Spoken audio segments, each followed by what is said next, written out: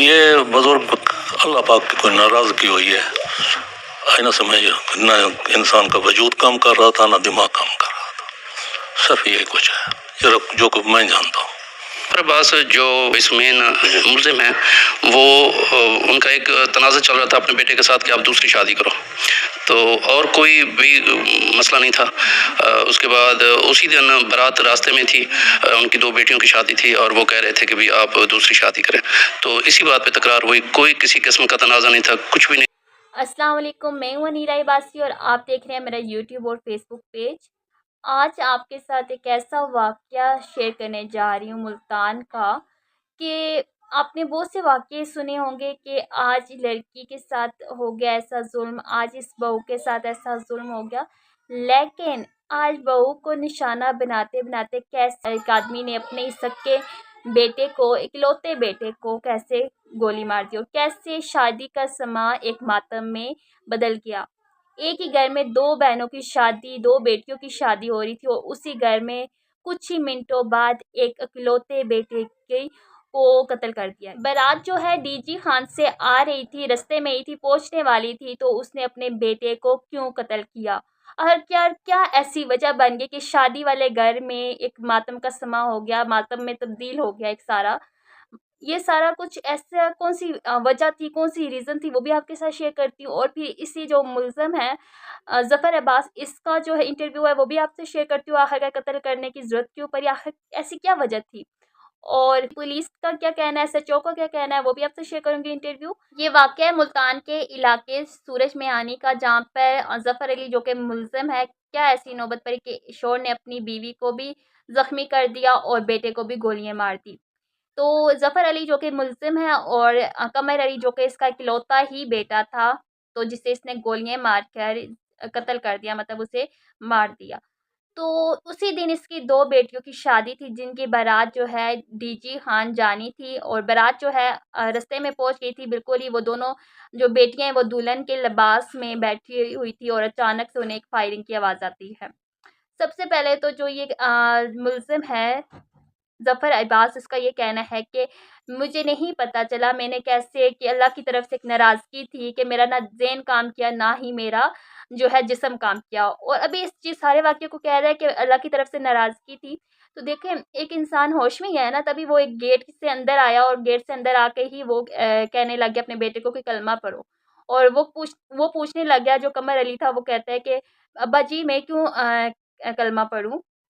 तो वो ये क्वेश्चन करने लग गया कि मैं क्यों कलमा पढ़ूँ, तो उसने आगे से जवाब नहीं दिया, सीधी उसे फायरिंग करनी स्टार्ट कर दी। और जैसे ही फायरिंग की, तो फायरिंग की आवाज़ सुन के उसकी माँ, जो कि ज़फ़र अब्बास की बीवी है, वो भागती हुई आई और उसे भी उसने ज़ख्मी कर दिया।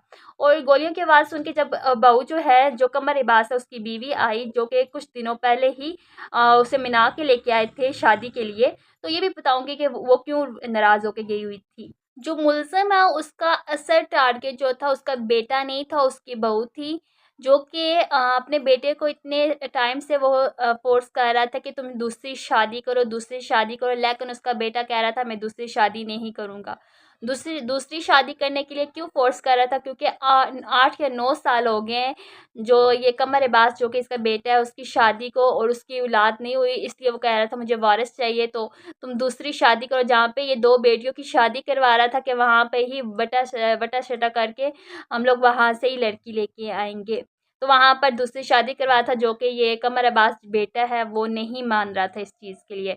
तो इसी वजह से इसकी जो बीवी है कमर अब्बास की, तो वो नाराज़ होके गई हुई थी और इस शादी के दिनों में ही उसे मना के कुछ दिन पहले ही घर वापस लेके आया था कमर अब्बास, इसी वजह से। तो देखिए, एक वारिस का आपको इतना नशा है कि आप दूसरे की, असल टारगेट जो था वो बहू थी, लेकिन उसने गलती से अपने बेटे को मार दिया ना, गुस्से की हालत में अपने बेटे को मारा।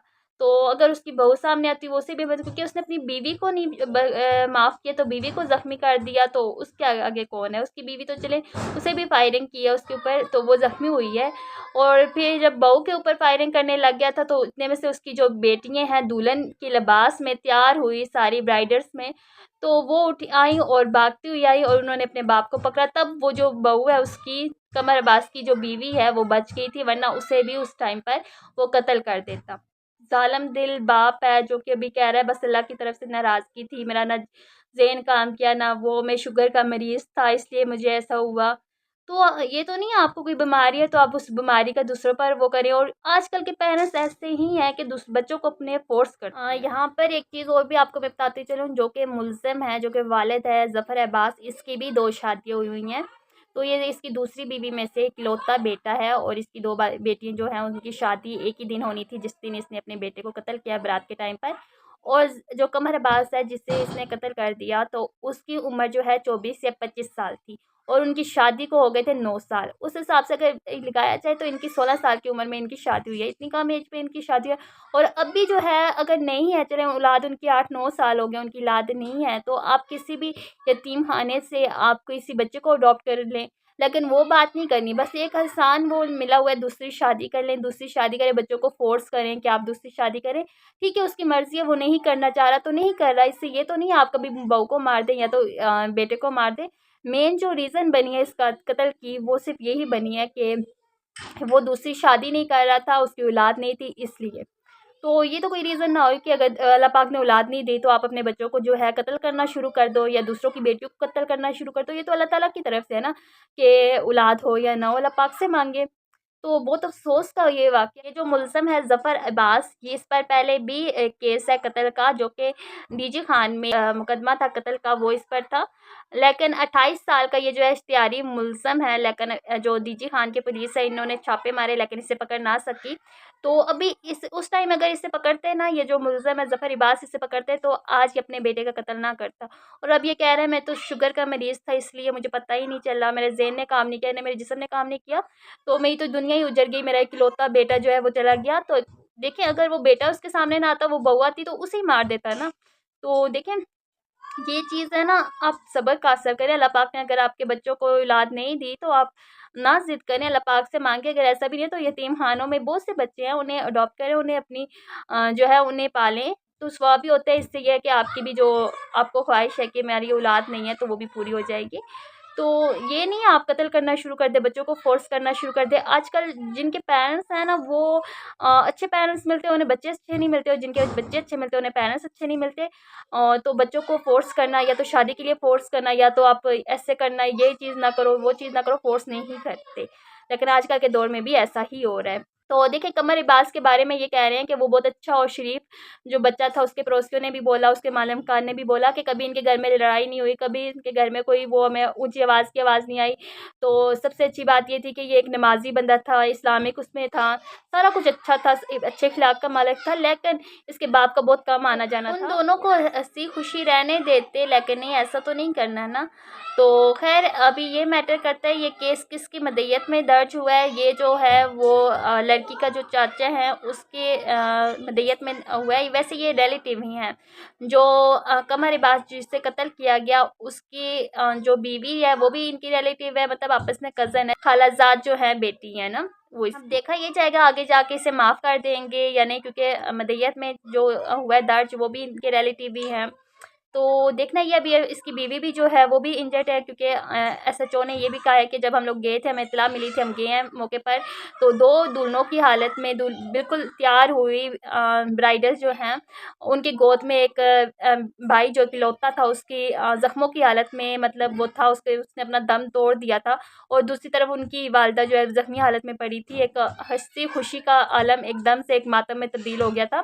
तो एकदम से उन्होंने 1122 को कॉल की, जो इंजर्ड थे उन्हें हॉस्पिटल भेजा और जो डेड बॉडी थी उसे पोस्टमार्टम के लिए भेजा गया।